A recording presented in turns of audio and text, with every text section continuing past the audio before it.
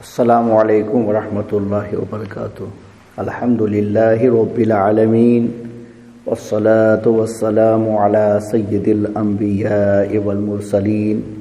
وعلی آلہ واصحابہ اجمعین، اما بعد فاعوذ باللہ من الشیطان الرجیم،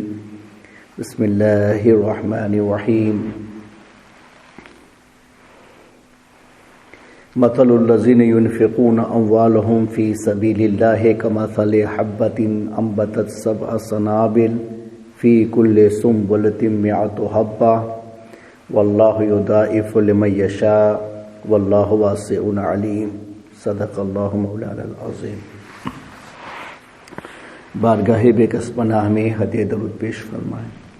اللہم صلی علی سیدنا و مولانا محمد وبارک وسلم، صلاۃ و سلاما علیک یا رسول اللہ صلی اللہ تعالی علیہ وسلم۔ میرا قول صلاۃ تسلیم کے پیارے دیوانوں، ماہ رمضان شریف کا یہ دوسرا عشرہ چل رہا ہے اور وہ بھی آدھا ہونے کے قریب ہو گیا ہے، اور بہت تیزی کے ساتھ میں یہ ایام ہم لوگوں سے گزر رہے ہیں، اور ابھی ہم لوگوں کی غفلت کم نہیں ہوئی ہے۔ حالانکہ رمضان شریف کے مقدس مہینے میں ہم لوگوں کو زیادہ سے زیادہ ذکر و اذکار کرنا چاہیے، اور سال بھر کی کمی کو اس ماہ مقدس میں پورا کر لینا چاہیے۔ اللہ تبارک و تعالی ہم لوگوں کو توفیق عطا فرمائے کہ ہم لوگ اپنے جو کمی ہے اس کو پورا کر سکیں اور دین کے معاملے میں ہم لوگ آگے بڑھ سکیں۔ جس طریقے سے رمضان شریف کا مقدس مہینہ وہ روزوں کا مہینہ کہا جاتا ہے، اس طرح سے مسلمانوں میں یہ مشہور ہو گیا ہے کہ یہ زکوٰۃ کا بھی مہینہ ہے۔ حالانکہ ایسا نہیں ہے، زکوٰۃ تو آدمی پر جب پہلا نصاب شروع ہوتا ہے اس پر سال گزر جائے تو پھر سال بہ سال اس کو اسی وقت اس مہینے میں نکالنا ہوتا ہے، لیکن لوگوں نے یاد نہیں رکھا ہوتا ہے۔ اس وجہ سے ہر شخص اپنا نصاب رمضان کے مہینے سے مانتا ہے، تو ان لوگوں کو زندگی میں اپنی ایک زکوٰۃ جو پہلی مرتبہ وہ مالک نصاب ہوا ہے تو اس کو اندازہ لگائے کہ اس وقت کتنے پیسے سے وہ نصاب کا مالک ہوا تھا، تو اتنے کی زکوٰۃ ایک زیادہ نکال دینی چاہیے، تاکہ یہ سیٹنگ میں جو فرق آیا ہے وہ پورا ہو جائے، تو پھر رمضان سے رمضان اس کا سیٹنگ صحیح رہے گا۔ بہرحال رمضان شریف میں مسلمان اپنی زکوٰۃ بھی نکالتے ہیں، اور زکوٰۃ بھی ایک اہم فرض ہے جو سن ہجری 2 کے اندر فرض ہوئی، اور روزوں کی فرضیت سے پہلے اس کی فرضیت آئی ہے، اور قرآن مجید فرقان حمید میں جگہ جگہ پر نماز کے ساتھ میں زکوٰۃ کا ذکر آیا ہے۔ تقریباً 82 پلیسز ہیں کہ جس میں نماز کے ساتھ میں زکوٰۃ کا ذکر کیا گیا ہے۔ یہ پلر آف اسلام ہے، اور اس پر مسلمانوں کا عمل بہت ضروری ہے۔ جو لوگوں پر اللہ نے جن لوگوں کو ایک نصاب کا مالک بنایا یا زیادہ مال کا مالک بنایا ہے، ان لوگوں کے لیے یہ زکوٰۃ فرض ہوتی ہے، اور سال بہ سال ان کو نکالنا پڑتا ہے۔ یہ گویا مال کا ایک شکریہ بھی ہے کہ بھئی ہم زکوٰۃ نکالتے کیوں ہے کہ بھئی اللہ نے ہمیں ضرورت سے زیادہ مال دیا، یعنی اللہ نے ہماری ضرورتیں بھی پوری کی، اور ضرورت کے بعد بھی ہمیں اتنا دیا کہ ہمارے پاس میں ہے کہ اچانک کچھ ہو جائے تو ہم اپنے پیسوں کو استعمال میں لا سکتے ہیں، تو یہ ایک شکریہ کے طور پر اللہ تبارک و تعالیٰ کی طرف سے یہ فرض ہم پر عائد کیا گیا کہ میرا شکر بجا لاؤ کہ میں نے تم کو اتنا دیا کہ تم نے سال بھر اپنی ضرورتوں کو پورا کیا اور پھر بھی تمہارے پاس میں اتنا بچا رہا کہ وہ نصاب کی مالیت کو پہنچ گیا۔ تو اب تم اللہ کا شکر ادا کرو کہ اس نے تمہیں اتنا دیا، تو اب جو تمہارے پاس میں بچا رہ گیا ہے تو اس میں سے بھی تھوڑا سا اللہ کے راستے میں صدقہ و خیرات کر دو۔ تو اللہ نے زکوٰۃ ہم لوگوں پر فرض کی۔ یہ اللہ کی ایک بہت بڑی حکمت ہے کہ اگر زکوٰۃ فرض نہ کی گئی ہوتی تو یہ مسلمانوں کے جو ادارے غریب ملکوں میں چلتے ہیں، خاص طور پہ دین کے جو کام ہو رہے ہیں نا، وہ 99% زکوٰۃ کے پیسوں ہی سے ہو رہے ہیں۔ بڑے بڑے ادارے چلتے ہیں، وہاں سے ہزاروں علماء دنیا کے سامنے آتے ہیں، عالمات نکلتی ہیں، یعنی دین کا پورا نیٹ ورک اگر آپ لے لو اس وقت تو زکوٰۃ ہی سے چلتا، چونکہ مسلمانوں کے پاس اپنی تو کوئی حکومت ہے نہیں کہ بھئی حکومت ہم لوگوں کی مدد کرے گی یا حکومت کی طرف سے ہمارا ادارہ چل جائے گا یا حکومت اس کا بار اٹھا لے گی تو ہم لوگوں کو اسے مینجمنٹ کرنا ہوگا۔ ایسا تو سب ہم لوگوں کے لیے ہے نہیں۔ اب ہم مسلمانوں کو اپنا بھی اپنے ہی سے کرنا ہے اور اپنے دین کا بھی ہم لوگوں کو اپنے ہی سے کرنا ہے۔ تو ابھی کا جو نیٹ ورک ہے مسلمانوں کے اداروں کا، تو وہ 99% زکوٰۃ کے پیسوں ہی سے چلتا ہے، اور یہ نہ ہو تو سینکڑوں ہمارے ادارے ہیں سب برباد ہو جائیں گے، دین کے کام کرنے والے ہٹ جائیں گے، اور آگے جو کام کرنے والے پیدا ہوتے ہیں ان کا سلسلہ رک جائے گا۔ یہ سب کچھ انہی پیسوں سے ہوتا ہے۔ اس وجہ سے مسلمانوں کو اپنے پیسوں کی قدر کرنی چاہیے اور اپنے دینی اداروں کو اپنے زکوٰۃ کے پیسوں سے مضبوط بنانے کی کوشش کرنی چاہیے کہ وہ ہمارا مذہبی نیٹ ورک ہے، اس کو تھوڑا بھی پرابلم آئے گا تو پورا سسٹم ہمارا پرابلم میں چلا جائے گا۔ اس نیٹ ورک کو بچانے کے لیے ہمیں اپنے پیسوں کی قدر کرنی چاہیے۔ آج کل ہو کیا گیا ہے کہ بھئی لوگوں کے سر پہ زکوٰۃ ہوتی ہے، زکوٰۃ نکالتے بھی ہے، لیکن کہاں استعمال کرنا، کس جگہ پر لگانا، کہاں ہم لگائیں گے تو ہمیں اس کا زیادہ پیسہ ملے گا، یعنی زیادہ اس کا بینیفٹ آخرت میں ملے گا، ان سب پر ہماری سوچ نہیں ہے۔ اس وجہ سے زکوٰۃ تو دے دیتے ہیں، مگر زکوٰۃ سے جو ایک دین کا نیٹ ورک مضبوط ہونا چاہیے وہ نہیں ہو پا رہا ہے، اس لیے کہ ہم نے جہاں چاہے وہاں دے دیا، جہاں چاہے وہاں دے دیا، جس چیریٹی میں چاہے لکھوا دیا، کوئی بھی انکوائری نہیں کی کہ بھائی وہ لوگ اس میں کیا کرتے ہیں، کتنا پرسنٹیج لگاتے ہیں، کتنا یہاں کے لیے خرچ کر لیتے ہیں، کچھ بھی نہیں دیکھتے، بس دے دو۔ تو یہ تو ایک ذمے سے نکلنا ہوا، اس کو سمجھداری نہیں کہتے ہیں۔ سمجھداری یہ ہے کہ آپ اپنے پیسے ایسی جگہ پر لگاؤ، بھلے زکوٰۃ ہے مگر وہ زکوٰۃ ایک درخت بن کے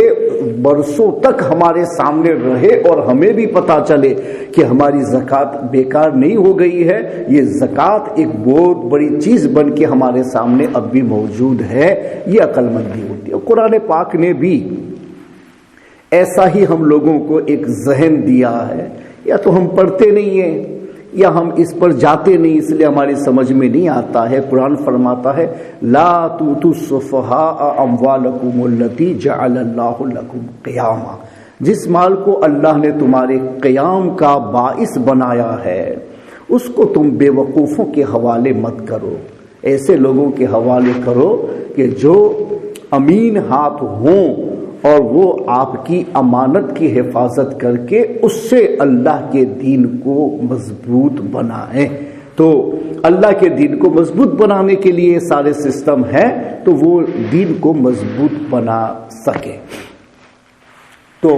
اپنے بچوں کو بھی یہ تلقین کرنی چاہیے کہ بھائی ہمارے بچے ہیں، وہ کام کرتے ہیں، ان کے پاس بھی پیسہ ہوتا ہے اور وہ بھی اپنی زکاتیں وہ جہاں اپنی مرضی میں آتا ہے دے دیتے ہیں، کوئی اس کے بارے میں سیٹنگ وغیرہ نہیں دیکھتے، بس اتنا دیکھتے ہیں کہ بس ہم نے اپنی زکات دے دی۔ تو یہ نہیں ہے، زکات اسلام کے سسٹم کو مضبوط بنانے کے لیے ہے۔ تو پھر آپ کو بھی تو دیکھنا پڑے گا نا کہ بھائی جہاں دے رہا ہوں وہ سسٹم کو مضبوط کرے گا یا نہیں کرے گا، یا ظاہر اور بیکار ہو جائے گا۔ یہ سارا دینے والے کو بھی لینے والے سے زیادہ دینے والے کو اس بات کے اوپر خیال کرنے کی ضرورت ہے۔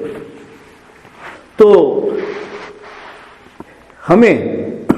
اپنے زکوٰۃ کے پیسوں سے سب سے پہلے اپنی قوم کو اٹھانے کی کوشش کرنی چاہیے کہ بھئی جس قوم سے اللہ نے ہمیں پیدا کیا ہے تو اللہ نے اس کے ساتھ ہمیں ملایا ہے، تو کنیکشن جس قوم کے اندر اللہ نے ہمارا رکھا ہے اس میں پہلے حق ہمارا جاتا ہے۔ ہم اپنی قوم کو پہلے اٹھائیں اور اس کے بعد میں پوری دنیا کو کوئی نہیں اٹھا سکتا ہے،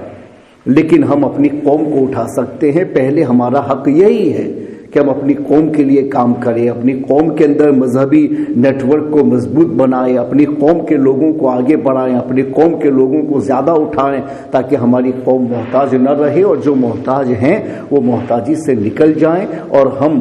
مذہبی معاملے میں بھی اپنی قوم کو اتنا آگے لائیں کہ ہم سے زیادہ آگے کوئی نہ ہو۔ فاستبقوا الخیرات کا مطلب یہی ہوتا ہے کہ آپ آگے نکلنے کی ٹرائی کرو تو ہماری قوم سے آگے مذہبی معاملے میں بھی کوئی نہ ہو۔ تو اس کے لیے ضروری ہے کہ ہم اپنے پیسوں کی قدر کریں، اپنے پیسوں کی حفاظت کریں، اور اپنے پیسوں کو اپنی قوم کو اٹھانے کے اندر لگائیں تاکہ دین کے نیٹ ورک کو مضبوط کیا جا سکے۔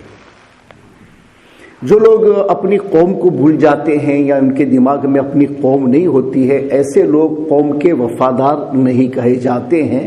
بلکہ مذہب نے بھی، آپ فقہ کی تمام کتابوں کو اٹھا کے دیکھ لو، ہر جگہ پر زکوٰۃ تقسیم کرنے کا جو سسٹم بتایا گیا ہے اس میں انہی چیزوں کا خیال رکھا گیا کہ بھائی پہلے آپ اپنی بستی کے اندر اس کو اپنے رشتہ داروں میں کرو، اس کے بعد میں اپنی بستی کے اندر کرو، اور وہاں کی ضرورتیں پوری ہو جائے تو آگے جاؤ۔ تو اپنی قوم پہلے رکھی گئی ہے کہ بھائی اپنی قوم کا پہلے خیال رکھو کہ اس سے تمہارا تعلق اللہ نے قائم کیا ہے، اس کے بعد میں دوسروں لوگوں کا حق ہوتا ہے، مگر اپنی قوم کی ضرورتوں کو بالائے طاق رکھ کر کے اپنے پیسوں کو دوسری جگہ پر لگانا ثواب تو رکھتا ہے، لیکن مذہب نے جو ایک سیٹنگ مضبوط کرنے کے لیے آپ کو جو سسٹم دیا تھا اس کو بریک کرتا ہے۔ اس وجہ سے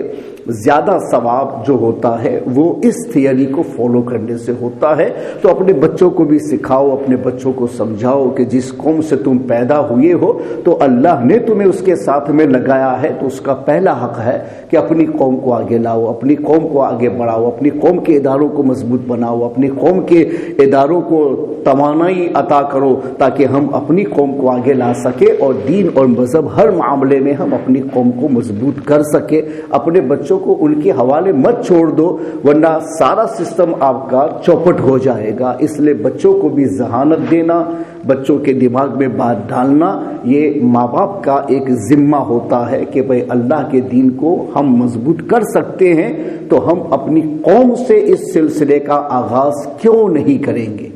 تو اگر ایسا ہو نا تو الحمدللہ ہمارے جتنے ادارے ہیں ان سب کو ہم مضبوط کر سکتے ہیں، بہت آگے بڑھا سکتے ہیں، اور اس سے دین کا بہت بڑا کام ہو سکتا ہے۔ لیکن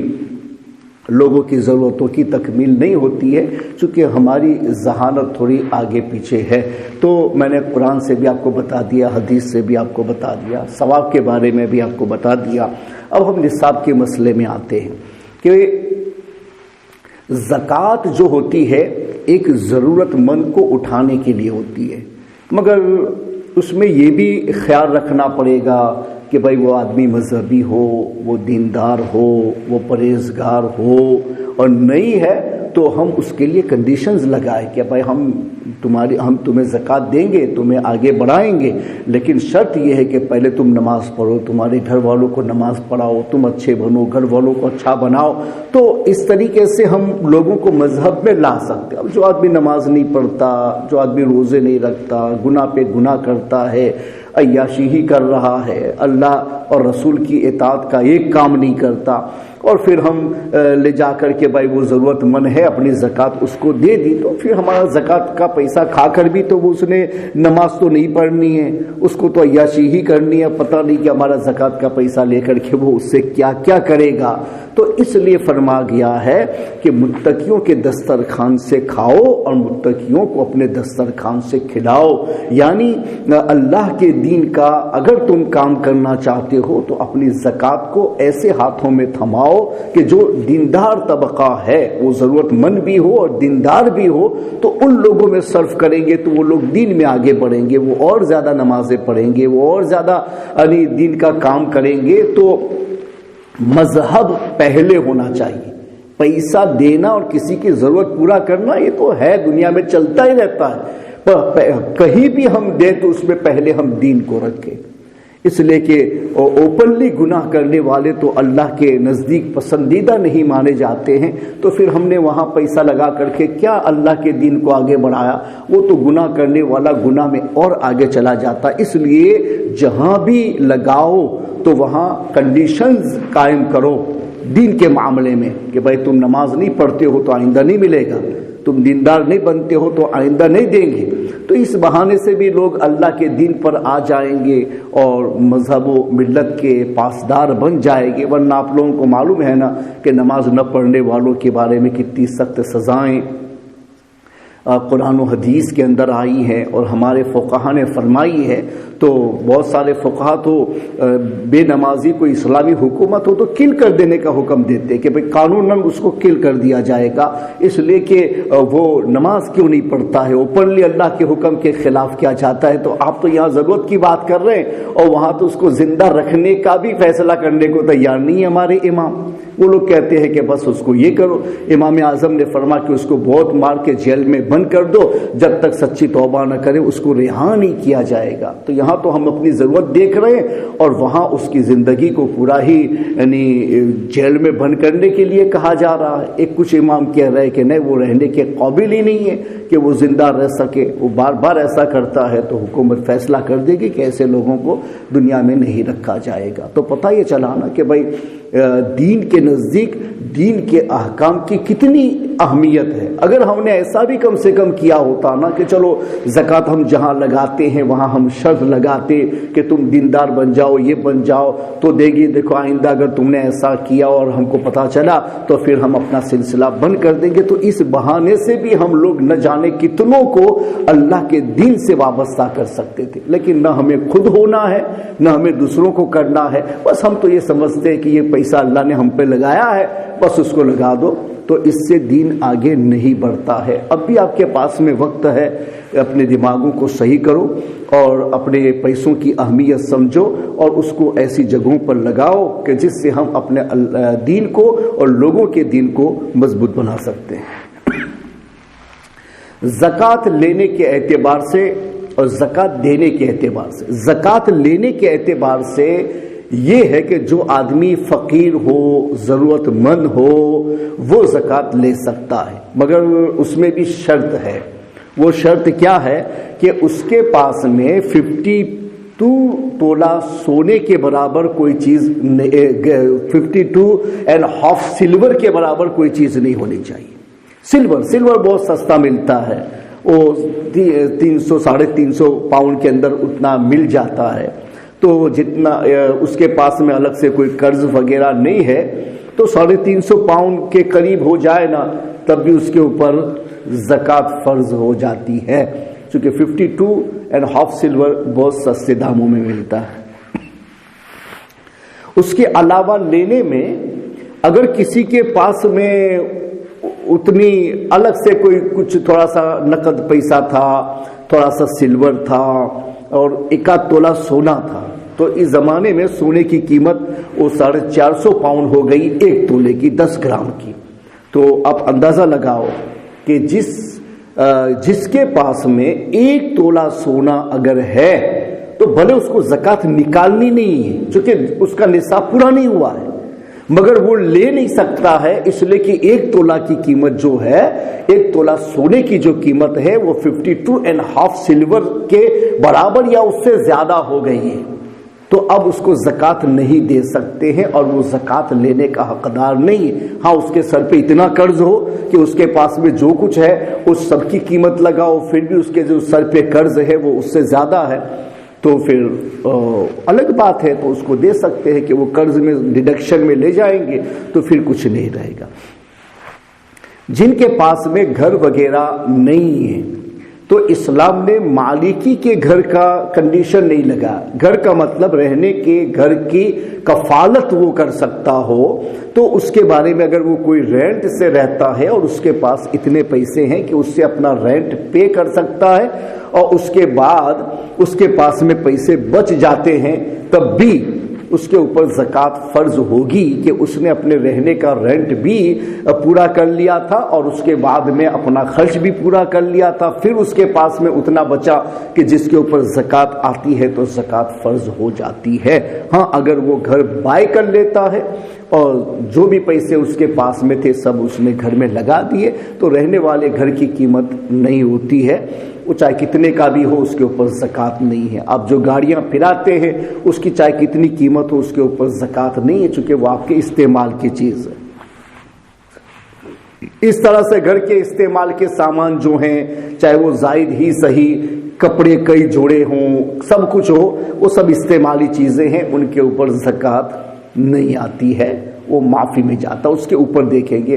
نقد پیسہ ہو، کیش ہو، گولڈ ہو، سلور ہو، یہ سب کو ملائیں گے اور پھر اس کی قیمت کے اوپر جائیں گے اور زکوٰۃ نکالیں گے۔ زکوٰۃ 100 کے اوپر 2 پاؤنڈ 50 ہوتا ہے،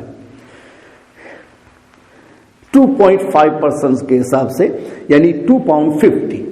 تو 1000 پاؤنڈ آپ کے پاس میں ہے تو 25 نکالیں گے، اور 10,000 پاؤنڈ آپ کے پاس میں ہے یا سب ملا کر کے 10,000 پاؤنڈ بنتا ہے، سونا چاندی پیسہ سب کچھ ہے اپنا، تو پھر اس کے اوپر 250 آئے گا۔ تو اتنا یاد رکھو کہ 100 کے اوپر 2 پاؤنڈ 50 نکلتا ہے، پھر جتنا پیسہ بڑھتا جائے اس حساب سے ہم 2.5 کے حساب سے فیصلہ لگاتے جائیں گے اور اپنی زکوٰۃ ادا کریں گے۔ سال میں 1 مرتبہ زکوٰۃ نکالنا فرض ہوتا ہے سال کے اینڈ پر۔ تو یہ زکوٰۃ آپ کیسے نکالیں گے؟ اب اس میں کچھ لوگوں کو یہ ہوتا ہے کہ بھائی سال بھر اپنے پاس میں رہے تو زکوٰۃ نہیں، ایسا نہیں ہے، یہ غلط ہے۔ وہ تو کب ہے کہ جب پہلی مرتبہ آپ مالی کے نصاب بنے، آپ کے پاس میں 350 پاؤنڈ کے قریب پہلی مرتبہ جمع ہوا، اس سے پہلے نہیں تھا، تو وہاں سے آپ کا پہلا دن شروع ہو گیا اور وہاں سے آپ ٹوٹل اسلامک سال کے حساب سے 354 ڈیز آگے پیچھے، تو اس میں پورا سال اپنا ہوتا ہے، تو اتنے دن لے کر کے آپ چلو تو آپ کا سال وہاں سے پورا ہوگا۔ پھر اس سال کے درمیان 350 جب سے ہوا نا وہاں سے دن شروع ہوا، اب اس کے بعد میں پیسے آتے گئے اور 354 ڈیز ہمارے مکمل ہوئے گئے تو ہمارے پاس میں 10,000 پاؤنڈ ہو گئے۔ تو 350 سے شروع ہوا تھا، باقی آہستہ آہستہ جمع ہو کر کے 354 ڈیز کے اندر اب ہمارے پاس میں اینڈ پر 10,000 ہو گیا، تو ہمیں 10,000 کی زکوٰۃ نکالنی ہوگی۔ اب ہر پیسہ کا الگ الگ مہینہ نہیں گنا جاتا، ٹیکس ایئر کی طرح کہ بھائی جو اینڈ مہینہ ہوتا ہے اسی سے لے کے اینڈ تک میں جتنا بھی آئے گا سب اس کے ساتھ میں ملایا جائے گا۔ زکوٰۃ میں بھی ایسا ہی ہوتا ہے، لہذا جیسے آپ رمضان کے پہلے دن سے آپ شروع کرتے، بھائی رمضان کا مہینہ ہمارے لیے زکوٰۃ کا مہینہ ہے، تو رمضان کی پہلی تاریخ تک میں جتنے بھی پیسے آپ کے پاس میں آ گئے، ایون کہ رمضان کے 1 دن پہلے کا جو ویجز آپ کا ہے وہ بھی آپ کو اس میں شامل کر کے اس کی بھی زکوٰۃ نکالنی پڑے گی۔ تو فرسٹ ڈے سے آخری دن تک میں جتنا بھی پیسہ ہمارے پاس میں بچا رہا ان سب کا ٹوٹل ہے، اس میں سے ہمیں زکوٰۃ نکالنا ہے۔ تو اس کو خاص طور پہ یاد رکھے کہ سال پورا ہونے کا مطلب کیا ہوتا ہے۔ زکوٰۃ لینے کی جہاں تک بات ہے تو میں نے آپ کو بتا دیا کہ کسی کے پاس میں 1 تولہ سونا ہے، باقی کچھ نہیں ہے، قرض وغیرہ بھی نہیں ہے، تو وہ زکوٰۃ نہیں لے سکتا، چونکہ اس کا 1 تولہ سونا بھلے زکوٰۃ دینے والا نصاب نہیں ہے لیکن لینے کے حساب سے اس کی جو قیمت ہے نا وہ 52.5 تولہ سلور سے زیادہ ہو گئی ہے، لہذا اس کو دینا جائز نہیں ہے۔ وہ لے گا تو اس کے لیے حرام ہوگا، وہ نہیں لے سکتا، زکوٰۃ کا وہ حقدار نہیں ہے۔ دوسری بات کہ زکوٰۃ کی تقسیم میں یہ بھی دیکھا جاتا ہے کہ بھائی جس کو ہم دے رہے ہیں وہ مسلمان ہے اور اہل سنت والجماعت سے تعلق رکھنے والا مسلمان ہے، عقائد و نظریات کے اعتبار سے کفر و شرک کرنے والا یا ایسے کسی پرابلم میں مبتلا ہونے والا نہ ہو۔ اگر کسی کے نظریات خراب ہیں اور اس کا اسلام مشکوک ہو گیا ہے تو ایسے لوگوں کو زکوٰۃ نہیں دے سکتے۔ اس وجہ سے زکوٰۃ دینے والوں پر فرض ہے کہ پہلے یہ انکوائری کرے کہ جس کو ہم زکوٰۃ دے رہے ہیں وہ زکوٰۃ لینے کا حق رکھتا ہے یا نہیں رکھتا ہے۔ فرسٹ یہ آپ کو دیکھنا ہے کہ وہ غریب ہے اور اس کے پاس میں 52.5 تولہ سلور کی مالیت کی کچھ بھی چیز نہیں ہے تو پھر آپ اس کو دے سکتے ہیں، یہ کنڈیشن۔ دوسرا کنڈیشن یہ ہے کہ وہ اپنے عقائد و نظریات میں درست ہو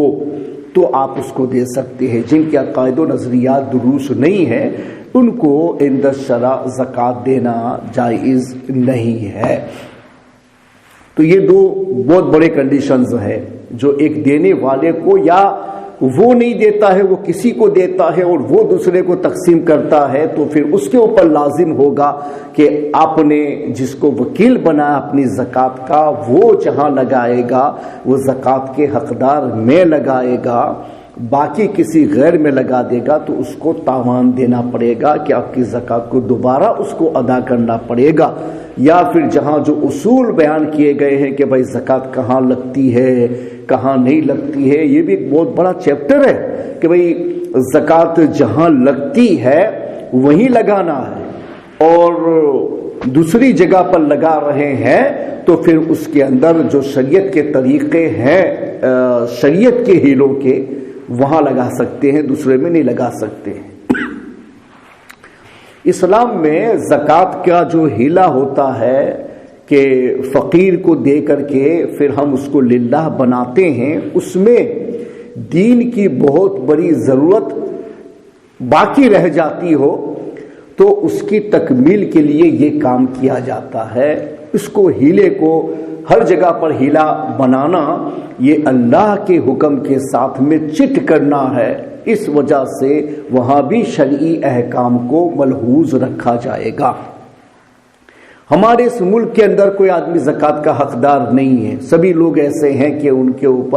کے پاس میں 300 پاؤنڈ سے زیادہ ہی سیونگ ہو جاتا ہے تو یہاں نہیں لگتا۔ ہاں کوئی ایسا مجبور ہے پھنس گیا ہو کچھ بھی نہ ہو تو کبھی کبھی ایسی باتیں آ جاتے، لیکن جنرل اگر بات کی جائے نا تو الحمدللہ ہمارا ملک بڑا خوش و خرم ہے اور ہمارے ملک کا سسٹم بڑا اچھا ہے کہ اس میں کوئی پرابلم نہیں آتا ہے۔ اس وجہ سے اس ملک کے اندر زکوٰۃ کے ہیلوں کا کوئی بھی طریقہ نہیں رہ جاتا ہے کہ کوئی ایسا ادارہ مجبوری میں نہیں ہے کہ جس کو زکوٰۃ کی حاجت ہو سکے۔ یہاں کے مسلمانوں کو اپنے ادارے للہ پیسوں ہی سے رن کرنے کی کوشش کرنی چاہیے کہ زکوٰۃ یہ غربا کا حق ہے، جب یہاں غریب نہیں ہے تو پھر ان چیزوں کو ہیلا کر کے اہل غربت کے حق کو پامال کرنا ہے۔ تو مسلمانوں کو یہ جاننا چاہیے کہ زکوٰۃ کے ہیلے اس ملک میں نہیں چلتے ہیں اور یہاں کوئی بھی غریب نہیں ہے کہ جس کے لیے ہم یہ نکال سکیں، اور ایک آدھ دو ہو تو وہ اگزامپل میں نہیں آتے ہیں، جنرل بات اسی پر ہے۔ لہٰذا اپنی زکوٰۃ ان علاقوں میں لگائیں کہ جو لوگ صحیح معنوں میں زکوٰۃ کے حقدار ہیں اور جن کے عقائد و نظریات سے آپ واقف ہیں۔ دور حاضر میں مسلمانوں میں نظریات کے اعتبار سے اتنے پرابلمز ہو گئے ہیں کہ جب تک ہم اس مسئلے میں انکوائری نہ کریں شرعاً ہمیں کسی کو زکوٰۃ دینا جائز نہیں بنتا ہے، اس لیے کہ حالات جب ناسازگار ہوتے ہیں تو ایک فرض کی ادائیگی کے لیے آدمی کو دیکھنا، جیسے نماز پڑھتے تو آپ دیکھتے ہیں کہ بھائی جگہ پاک ہے یا نہیں ہے، کپڑے پاک ہے یا نہیں ہے، اور جس کے پیچھے نماز پڑھ رہے ہیں وہ نماز پڑھانے کا حق رکھتا ہے کہ نہیں رکھتا، تو یہ بھی ایک فرض ہے، تو اس میں بھی ان سب چیزوں کی انکوائری ضروری ہے۔ تو دور حاضر میں مسلمانوں میں نظریاتی پرابلمز اتنے ہو گئے ہیں کہ اب مسلمانوں کو زکوٰۃ دینے کے لیے بھی ان باتوں کی انکوائری کرنا فرض کے برابر ہو گیا ہے کہ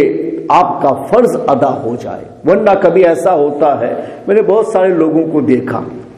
جو مسائل شرعیہ سے واقف نہیں ہوتے ہیں اور وہ لوگ چیریٹیوں میں پاؤں رکھتے ہیں تو بجائے نیکی کرنے کے ہزاروں لوگوں کے گناہ اپنے سر پہ لیتے ہیں۔ یہ ایک بہت بڑی ذمہ داری ہوتی ہے، امانت لینا اتنا آسان نہیں ہے، یہ ایک جانب جنت لینے کے برابر ہے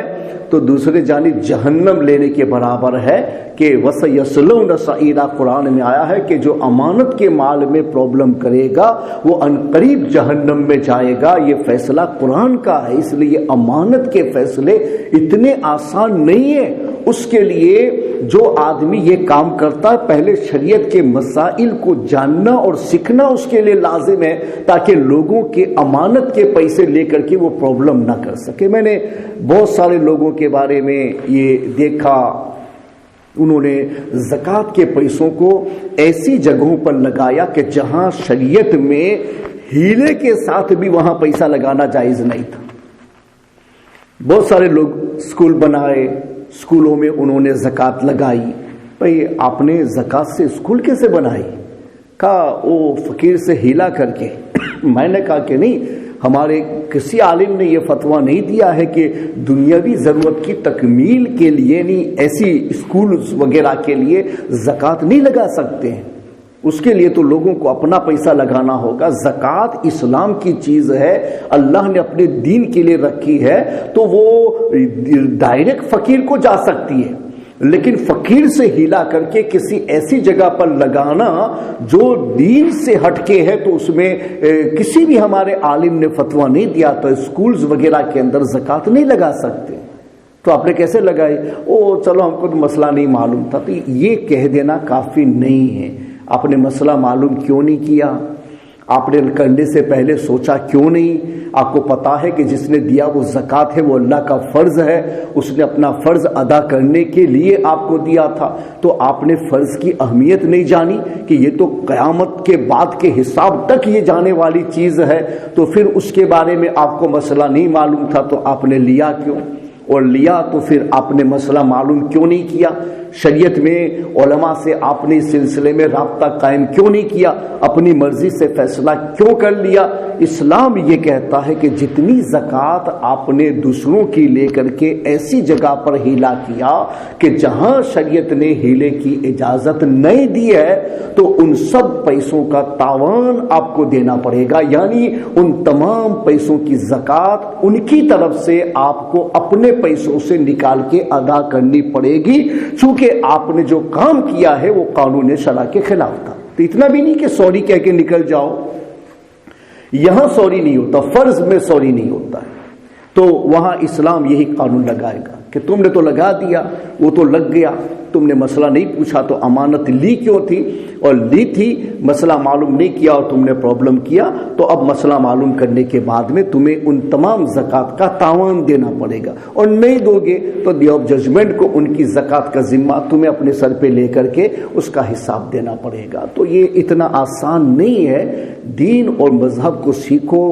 زکوٰۃ کے مسائل بھی سیکھو۔ یہ فرض عین میں جاتا ہے کہ جس کے اوپر زکوٰۃ فرض ہوئی وہ زکوٰۃ کے مسائل کو سیکھے کہ کتنے پہ زکوٰۃ آتی ہے، کتنی آتی ہے، کہاں دی جاتی ہے، کس کو دی جاتی ہے، کہاں لگتی ہے، کہاں نہیں لگتی ہے، کدھر شرعی ہیلا ہوتا ہے، کہاں نہیں ہوتا ہے۔ چیریٹیوں کے مسئلے میں کہ کوئی بھی مسلم چیریٹی ہے دے دو،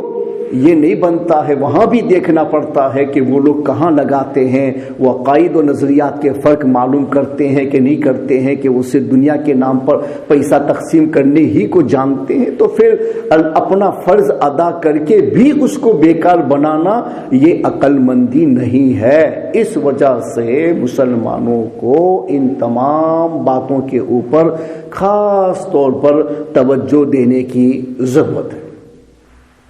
تو زکوٰۃ کا نصاب سونے کے اندر 7.5 تولہ ہوتا ہے اور چاندی کے اندر 52.5 تولہ ہوتا ہے، اور جو موجودہ قیمت ہے اس کو آپ معلوم کر لیں اور اس کے حساب سے پیسے میں لے آئے۔ چونکہ آپ کوئی سونا اور زکوٰۃ میں تو نہیں دے دیتا ہے، چاندی بھی نہیں دیتا ہے، وہ تو زیورات وغیرہ ہی عام طور پہ ہوتے ہیں تو اس کو استعمال میں لاتے ہیں، مگر اس کی زکوٰۃ نکالنے تو لوگ عام طور پہ پیسوں ہی سے زکوٰۃ نکالتے ہیں۔ تو پھر آپ اس کا ٹوٹل حساب لگاؤ کہ بھائی 1 تولے کی قیمت اتنی ہے تو ٹوٹل کتنے گرامز بنتے ہیں، جتنے گرامز ہے اس کے حساب سے پھر آپ اس کو ٹائمز کریں اور پھر جتنا ٹوٹل آ جائے تو اس کے اوپر آپ زکوٰۃ 2.5% کے حساب سے آپ نکال دیں۔ تو یہ شریعت کا قانون ہے۔ ہاں، کسی آدمی کو زیادہ زکوٰۃ کی ضرورت ہے، جیسے اس کو مکان بنانا ہے اور بغیر اس کے وہ تھوڑے سے پیسوں میں تو بنا نہیں سکتا ہے، تو اس کے لیے قانون یہ بتاتا ہے کہ یا تو اس کے نام سے پیسے آپ رکھے رہو، اور جب زیادہ ہو جائیں تو پھر آپ اس کو دو، وہاں تک اس کے پیسے زکوٰۃ کے نام سے الگ کر لو، اپنے پیسوں میں مت رکھو، ان پیسوں کو الگ رکھ لو، یہ ایک طریقہ ہے، اور پھر اس طریقے سے بڑھا کر کے آپ اس کو دے دو۔ یا پھر اسلام یہ کہتا ہے کہ بھائی چند برسوں کی زکوٰۃ، اگر آپ کو امید ہے کہ آپ انشاءاللہ ایسے رہیں گے کہ ہر سال زکوٰۃ آپ کے اوپر فرض آئے گی ہی، تو ایسی صورت میں آپ ایسا کر لو کہ بھائی 4-5 سال کی میری جو زکوٰۃ ہے میں اس کا ایک اندازہ لگا لیتا ہوں، اگر اتنے میں ہو جائے گا ٹھیک، ورنہ پھر اس کے آگے لے جاؤں گا۔ پہلے سے نیت، اس نیت سے آپ نے نکال دیا کہ بھائی میں نے کسی کا مکان بنانا ہے، 5-6 ہزار پاؤنڈ سے کم تو نہیں بنے گا، تو ہم نے 5-6 ہزار پاؤنڈ نکالے زکوٰۃ کی نیت سے، یہ کہہ کر کے کہ اس سال کی جو زکوٰۃ ہے وہ ابھی اس میں جائے گی، اور باقی جو ہے میں اپنے آنے والے سال میں اس کو انکلوڈ کروں گا۔ تو یہ نیت کر لو، تو آپ نے 6,000 پاؤنڈ زکوٰۃ کے نکال دے کسی کا مکان بنانے کے لیے، تو آپ حساب رکھتے رہو، دوسرے سال بھی جتنا پیسہ آپ کا زکوٰۃ کا بنا تھا آپ اس میں سے اتنے نکال دو، اتنے نکال دو، اتنے نکال دو، 6,000 آپ کا پورا ہو جائے، اس کے بعد میں پھر آپ کو زکوٰۃ نکالنی پڑے گی۔ تو نیت میں بھی اسلام نے ہمیں فیسلٹیز دی ہے کہ فیوچر کی زکوٰۃ بھی ابھی ہم نکال دیں کسی کی ضرورت کی تکمیل کے لیے، تو ایسا کیا جا سکتا ہے۔ تو میں نے زکوٰۃ کے متعلق جو ضرورت کے مسائل تھے میں نے آپ کو بتائے، اور میں نے آپ کو کہاں خرچ کرنا ہے، کیسے کرنا ہے، اپنے بچوں کو کیا گائیڈ لائن دینی ہے، میں نے سب چیزوں کے بارے میں بات کر لی۔ اللہ تعالیٰ مجھے اور آپ سب کو دین کی باتیں سیکھنے، اس پر عمل کرنے کی توفیق عطا فرمائے۔ تو ابھی اذان ہوگی اور اس کے بعد میں آپ کے جو نماز ہو جائے گی تو پھر آپ کی تسبیحات وغیرہ کے بارے میں ذکر ہوگا، اور اعتکاف والوں کے بارے میں سن لے کہ جو ابھی 20ویں روزے پر اعتکاف میں بیٹھنا، بستی میں ایک آدمی کو تو سنت موقدہ میں جاتا ہے کہ بستی میں ایک کو تو بیٹھنا ہی پڑے گا، میں پتہ نہیں کہ دوسری مسجدوں میں کوئی بیٹھے گا نہیں بیٹھے گا، تو ہماری مسجد میں یہ سسٹم ہمیں قائم کرنا ہے۔ تو ہماری مسجد کی طرف سے تقریباً 4 آدمیوں کی اجازت ہے جو 50 ایئرز کے اندر ہو، اوپر نہ ہو، 50 کے اوپر ہو تو نہیں، 50 کے اندر ہو، اور وہ 4 تک ہی اجازت ہوگی، تو جن کے نام پہلے آ جائیں گے ان 4 کو اجازت مل جائے گی۔ تو ابھی سے آپ ہم سے یا مسجد کے کمیٹی سے کسی سے بھی آپ کانٹیکٹ کر لیں، اپنا نام لکھا دیں اور اس سے پہلے، تاکہ یہ سسٹم یعنی پورا کیا جا سکے۔ تو یاد رکھے گا، دوسرے کو بھی یہ میسج پہنچا دیجئے گا کہ 4 آدمیوں کو اجازت دی جائے گی، 50 ایئرز کے اندر کے ہونے چاہیے، اوپر کے نہیں۔